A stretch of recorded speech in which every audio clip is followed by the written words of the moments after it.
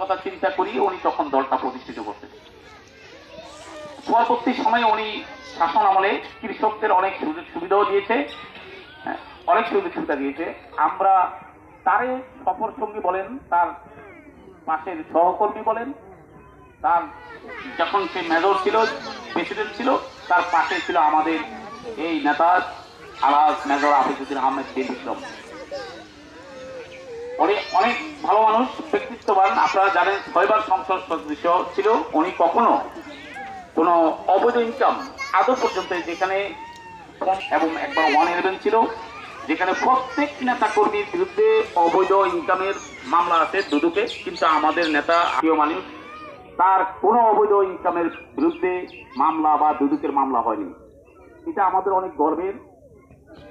এই দক্ষিণ বাংলার কৃতি সন্তান। শুধু আমরা এখানে মেজর হাবিব 6বার সংসদ সদস্য, সাবেক মন্ত্রী এবং 10বার মতো উনি ভোট করে, যার বিরুদ্ধে আদৌ পর্যন্ত সারা বাংলাদেশে যেখানে সকল লোকের নামে অবৈধ ইনকামের মামলা আছে সেখানে একমাত্র উনি মুক্ত, যার বিরুদ্ধে কোনো মামলা নাই, রাজনৈতিক মামলা ছাড়া। এরকম একজন ব্যক্তি আমরা পেয়ে অনেক ধন্য, গর্বের বিষয় যে আমরা লালমন্ত যুবদের এরকম একজন ব্যক্তি পেয়েছি, যাকে দক্ষিণ বাংলার কৃতি সন্তান বলে। এবং উনি বিএনপির মতো একটা বড় দলে উনি কিন্তু কত 10-12 জনের মধ্যে একজন ব্যক্তি, জাতীয় স্থায়ী কমিটির সদস্য বিএনপি, যারা দল পরিচালনা করে, দেশ পরিচালনা করে, রাষ্ট্র পরিচালনা করে।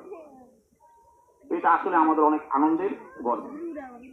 এখন আমরা কেন রাজনীতি করতে আসছি? আমি তো কাজ করেও ভালো থাকতে পারতাম, বা আমরা কেন জিয়া রহমানকে ভালোবাসি সেটা বলছি। উনি কৃষিনির্ভর একজন ব্যক্তি ছিল, আমাদের কথা চিন্তা করে দল করতে, এই জন্য আমরা এই দলকে ভালোবাসি।